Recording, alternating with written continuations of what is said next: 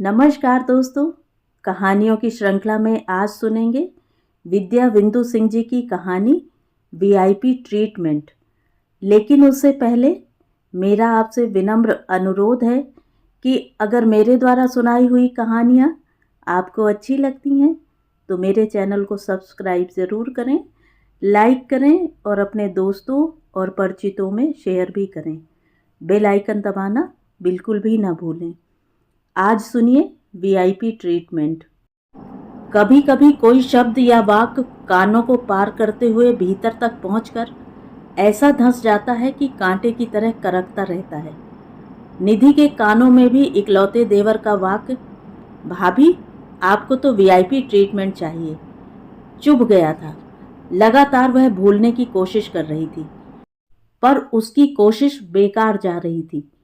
अपने जीवन का हर पृष्ठ हंसता मलकसा उसके सामने था। यह वाक्य उस देवर ने कहा था जिसे 2 दिन के नवजात शिशु के रूप में उसकी गोद में डालते हुए सास जी ने अंतिम सांसें ली थी। निधि के पति 18 वर्ष के थे और निधि 17 की थी। ससुर जी ने बीमार पत्नी की इच्छा पूरी करने के लिए जल्दी शादी कर दी थी।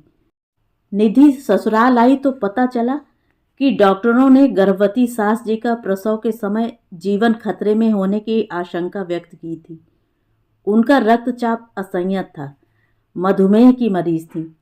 17 वर्ष का बेटा हो जाने के बाद गर्भधारण वह संकोच से भर उठी थी, पर एक बेटी पाने की साध मन में लिए हुए उनका मन उल्लसित था।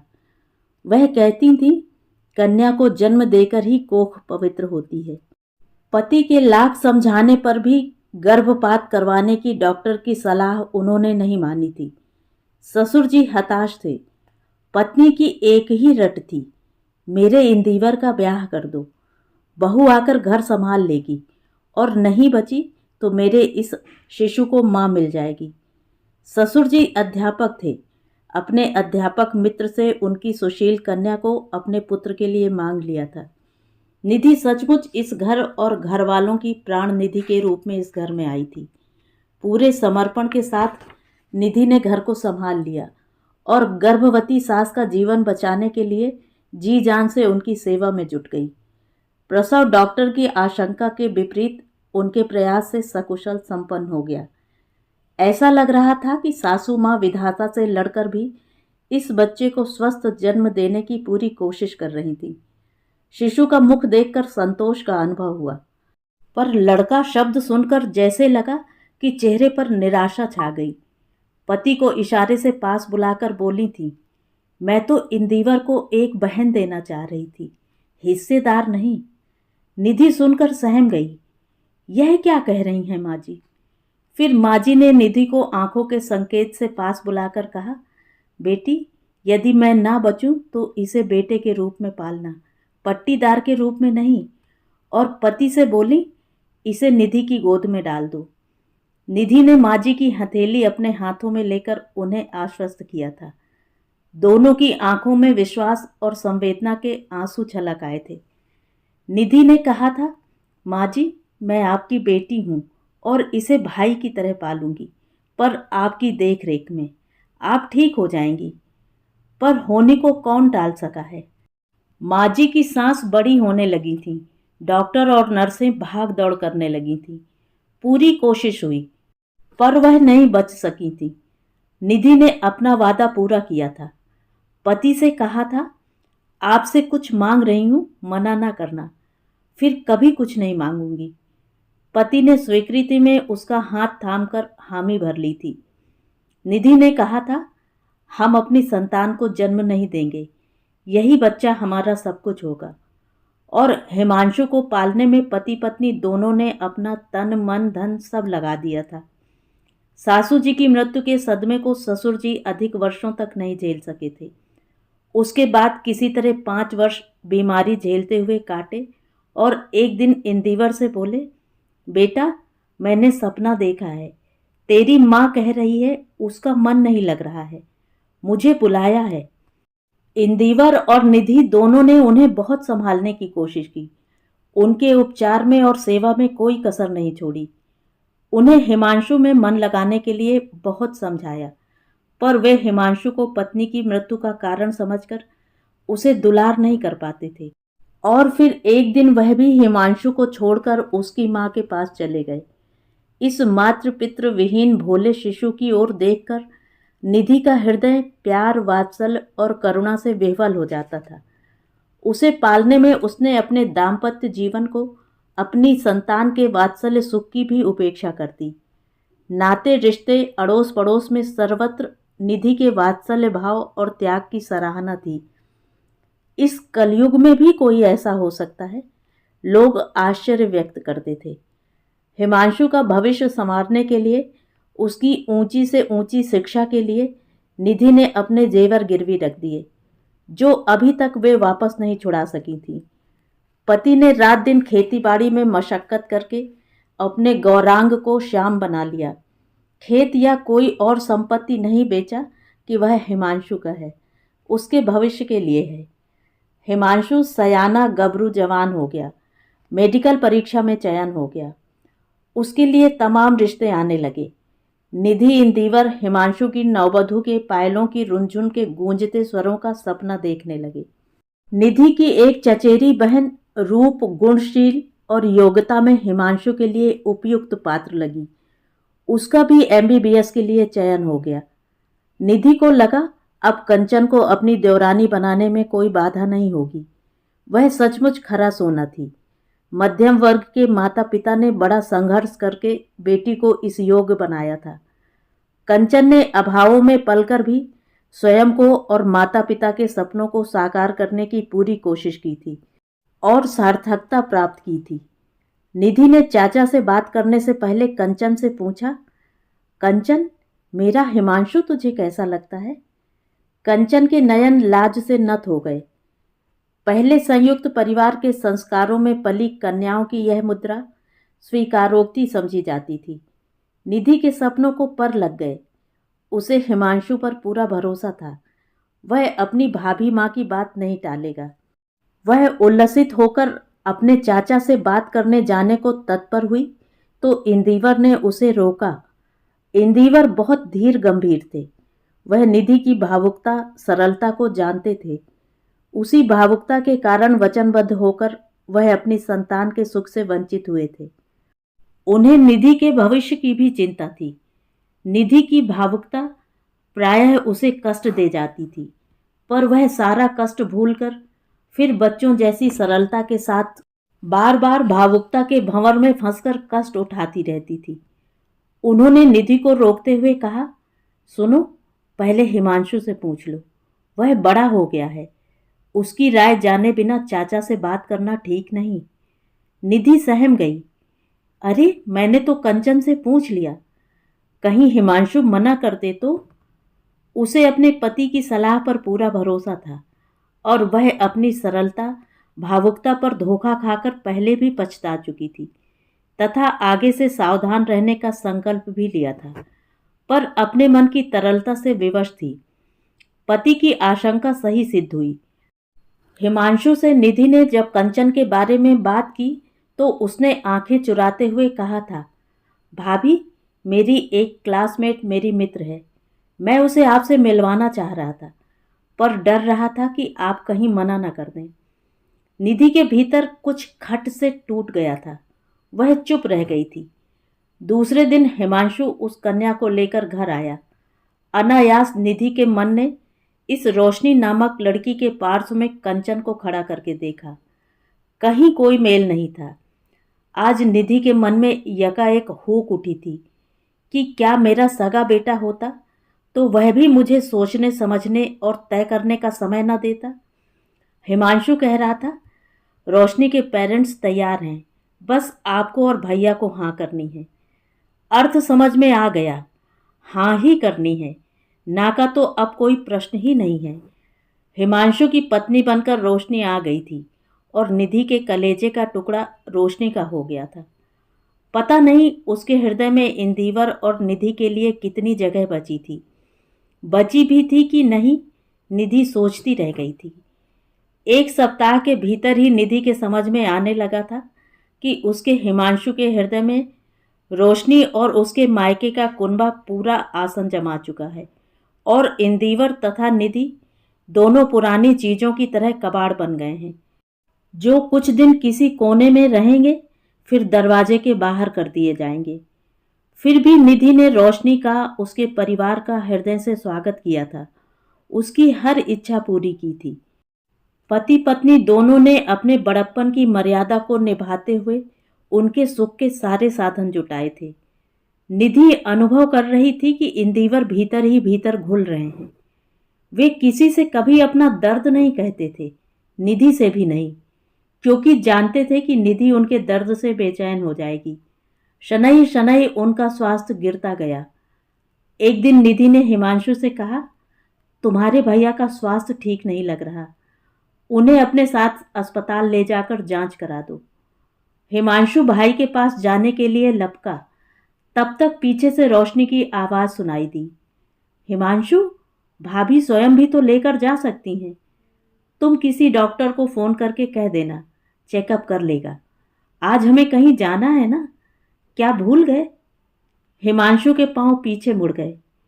अरे हाँ भाभी, आप चले जाइएगा, मैं डॉक्टर धवन को फोन कर दूंगा। इंदिवर दरवाजे से भीतर आ रहे थे और पूरा वार्तालाप सुन चुके थे। वहीं से अपनी कोठरी में लौट गए।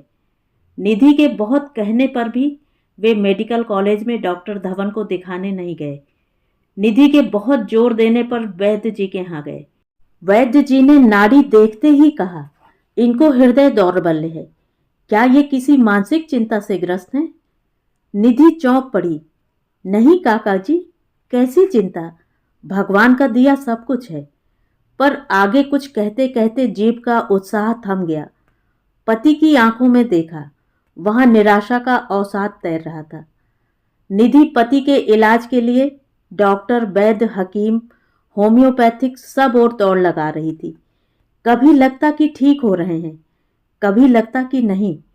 वह रोज राह देखती कि हिमांशु और रोशनी आकर हालचाल पूछेंगे या प्रश्न करेंगे कि डॉक्टर ने क्या कहा या दिखाने क्यों नहीं गए।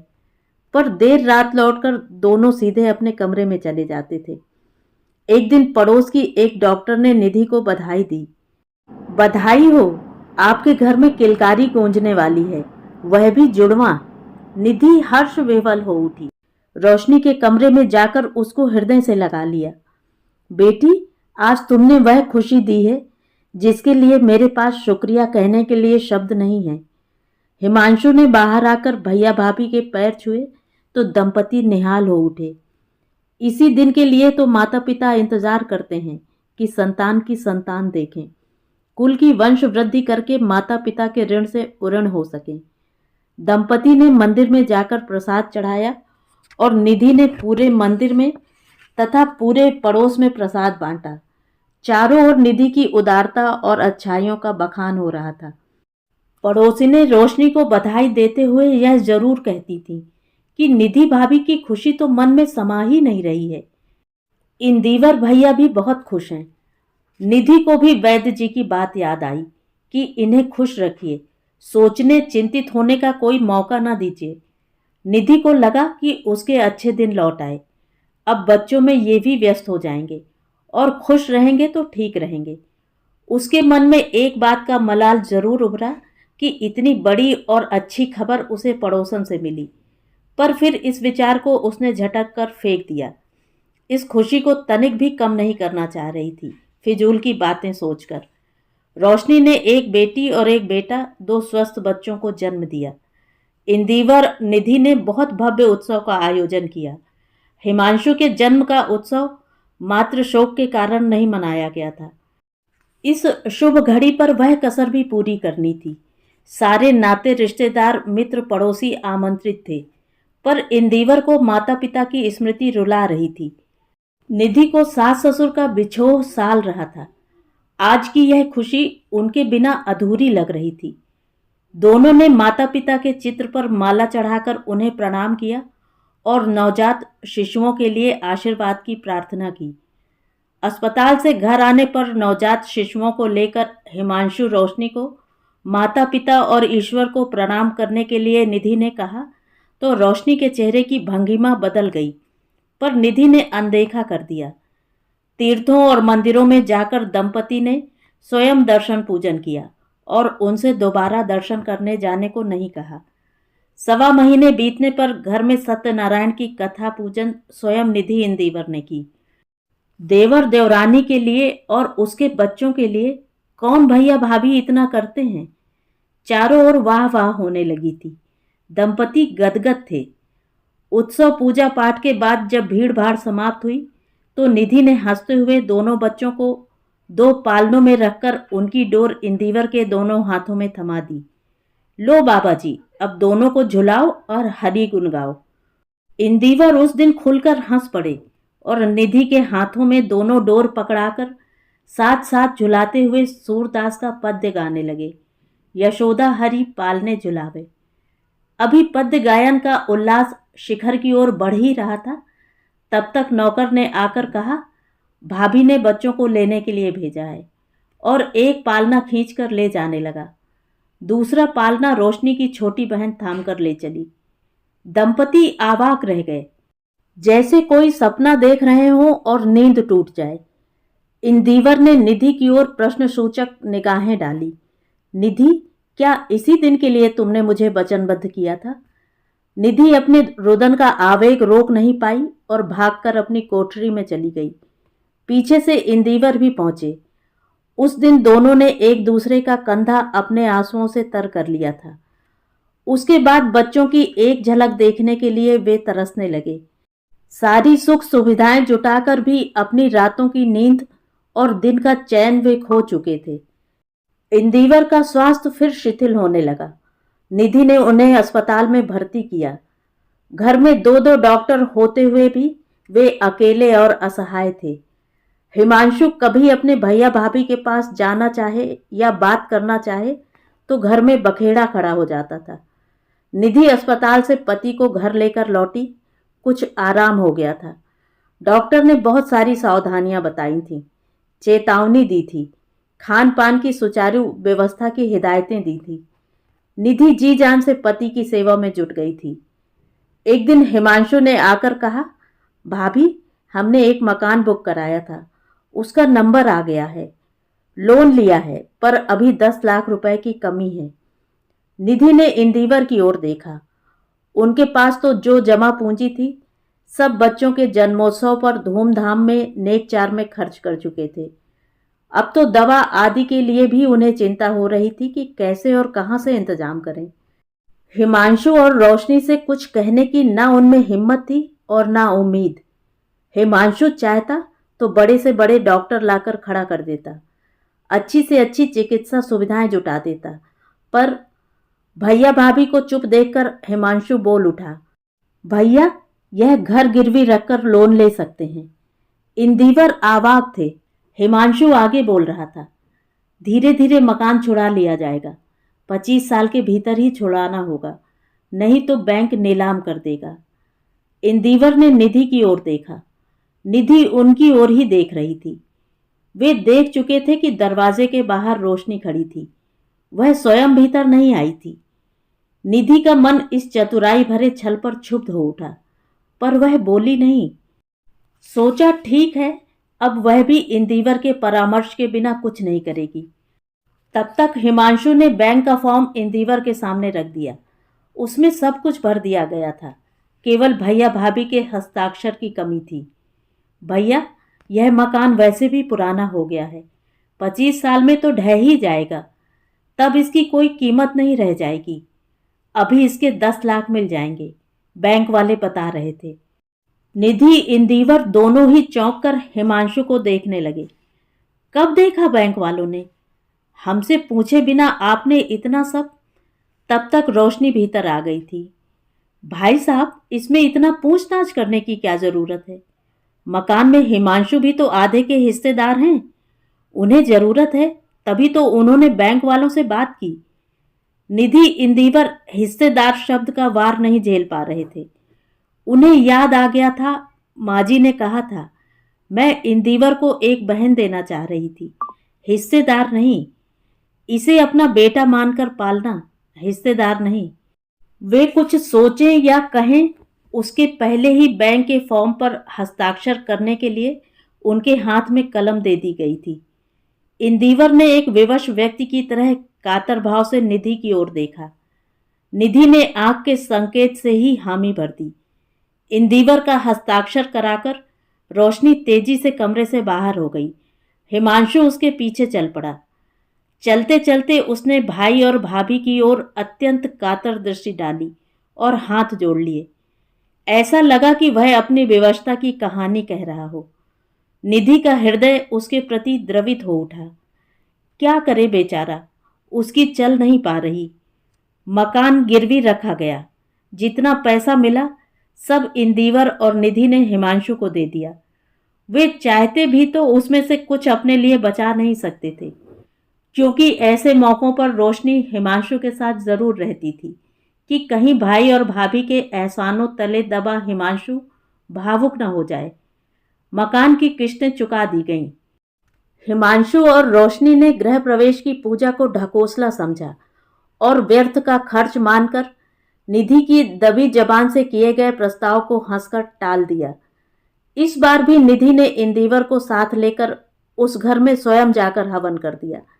अपने संतोष के लिए खूब सारी प्रार्थनाओं के अक्षत उस घर में छींट आई कि ईश्वर इस घर का मंगल करते रहें, बच्चे स्वस्थ सुखी रहें, बचपने के कारण हुई उनकी गलतियां प्रभु क्षमा करें। मंदिर में जाकर प्रसाद भी चढ़ाई, प्रसाद बांट भी आई और उस घर में भी प्रसाद रखाई कि बच्चे खा लेंगे।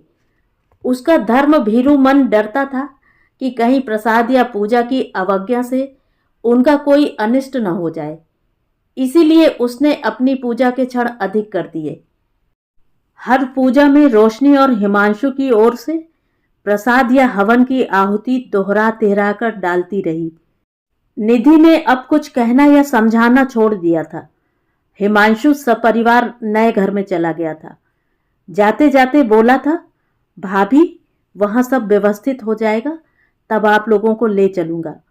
पर यह बात कहते हुए वह चोर निगाहों से आगे पीछे देख रहा था कि कोई अर्थात रोशनी उसकी बात न सुन ले।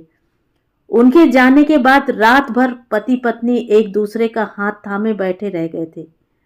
निधि पश्चाताप के बोझ से दबी जा रही थी कि पति को क्यों विवश किया था वचनबद्ध होने के लिए।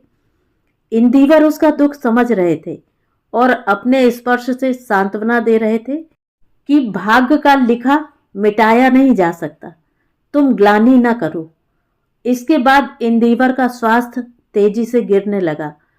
उन्होंने निधि को साफ मना कर दिया था कि मेरे इलाज के लिए तुम हिमांशु और रोशनी से नहीं कहोगी और ना ही तुम मुझसे उस नए घर में चलकर रहने के लिए कहोगी। हाँ, अपने गिरते स्वास्थ्य को देखते हुए निधि के भविष्य के लिए वे चिंतातुर हो उठे थे। उन्होंने लेखपाल को बुलाकर खसरा खतौनी का हिसाब लिया और वकील को बुलाकर खेत और बाग का आधा हिस्सा पत्नी के नाम लिखित वसीयत कर दी। यद्यपि वे जानते थे कि नियमानुसार मेरे बाद मेरी पत्नी का ही अधिकार होगा, किंतु निधि की सरलता और भावुकता नहीं बदल सकती, यह भी वे जानते थे। अभी मकान को भी छुड़ाने की कोशिश करनी है, क्योंकि मेरे जाने के बाद निधि के सिर पर एक छत तो बची रहे। निधि बदहवास सी अस्पताल और घर के बीच दौड़ लगाती रही, पूजा पाठ मान मनौती करती रही अपने सुहाग को बचाने के लिए, पर उसके जीवन साथी को ईश्वर ने अपने पास बुला ही लिया। निधि ने पति के चिर विजोह के दुख को अपनी शक्ति बना लिया और दीन दुखियों की सेवा में अपना शेष जीवन समर्पित कर दिया। चारों ओर निधि के कार्यों की प्रशंसा होने लगी। वह हजार हजार बच्चों की मां बनकर अपना वात्सल्य लुटाने लगी। निधि का अधिकांश समय अनाथालयों, वृद्धाश्रमों, मलिन बस्तियों में बीतने लगा।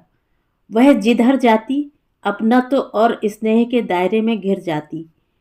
हिमांशु की पदोन्नति हुई और वह मुख्य चिकित्सा अधिकारी के पद पर दूसरे शहर में नियुक्त होकर गया।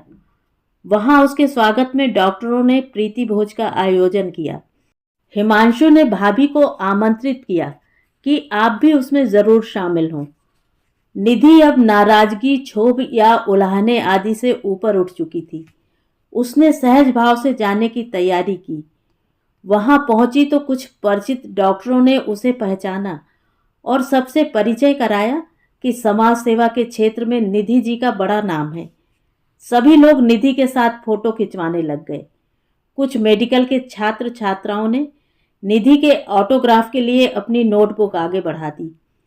रोशनी हिमांशु के साथ घूम घूम कर सबसे मिल रही थी। उसने निधि को भीड़ में घिरा देखा, पत्रकारों को उसकी फोटो खींचते देखा और डॉक्टरों के मुख से निधि जी के संबोधन उसके कानों में लगातार पड़ने लगे तो उसकी भ्रुकुटी तन गई। आज की पार्टी का केंद्र बिंदु तो हिमांशु है और उसके साथ मैं हूं, फिर निधि भाभी को इतना महत्व क्यों मिल रहा है? उसने हिमांशु को अलग बुलाकर कहा, भाभी से कहिए वहां महिलाओं के बीच जाकर बैठे जहां मेरी मम्मी आदि बैठी हैं। हिमांशु ने निधि को साथ ले जाकर भीतर कमरे में बैठा दिया। वहां महिलाओं के बीच सबके गहने कपड़ों की तारीफ हो रही थी और कौन क्या उपहार लाया है इसकी चर्चा हो रही थी। किस नए डॉक्टर का किस नई डॉक्टर से चक्कर चल रहा है, किस पति पत्नी में अनबन चल रही है और अनबन का कारण क्या है, किसके तलाक की नौबत आ गई है, आदि बातें रस लेकर हो रही थी। रोशनी की माँ बहनों को घेर कर डॉक्टरों की पत्नियां बैठी थीं और रोशनी की तारीफ के पुल बांधे जा रही थीं। निधि का परिचय रोशनी की मां ने कराया। ये हिमांशु की भाभी हैं। सभी ने एक औपचारिक मुस्कान फेंक दी और फिर अपने बतरस में लग गईं। निधि की सरल वेशभूषा, श्रृंगार विहीन चेहरा किसी के आकर्षण का नहीं, उपेक्षा का कारण बना था। निधि सुबह की चली हुई थी, थकी भी थी और चाय पीना चाह रही थी, पर किससे कहे उसे संकोच हो रहा था। इतने में एक अवकाश प्राप्त डॉक्टर भीतर आई और बोली कि मैं निधि जी से मिलना चाहती हूँ। कहाँ हैं? निधि ने उन्हें पहचान लिया। यह तो डॉक्टर निर्मला जी हैं, जो एक बार गांव में निधि के अनुरोध पर मलिन बस्ती के बच्चों के स्वास्थ्य की जांच करने आई थी। वह उठकर आगे बढ़ी और उनके पास पहुंच गई। उन्होंने निधि को गले लगा लिया। निधि को जैसे राहत मिल गई हो।